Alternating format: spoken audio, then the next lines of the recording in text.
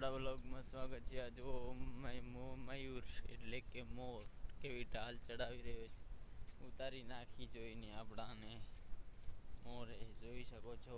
રાષ્ટ્રીય પંખી મોર, આપણા દેશનું સ્વાભિમાન એવો આપણો આ મોર કેવો દેખાય છે. તો મોર માટે લાઈક અને કોમેન્ટ કરી દેજો મિત્રો.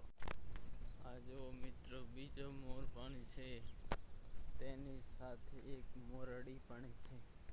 જોઈ શકો છો મિત્રો, આપણા દેશનું સભ્ય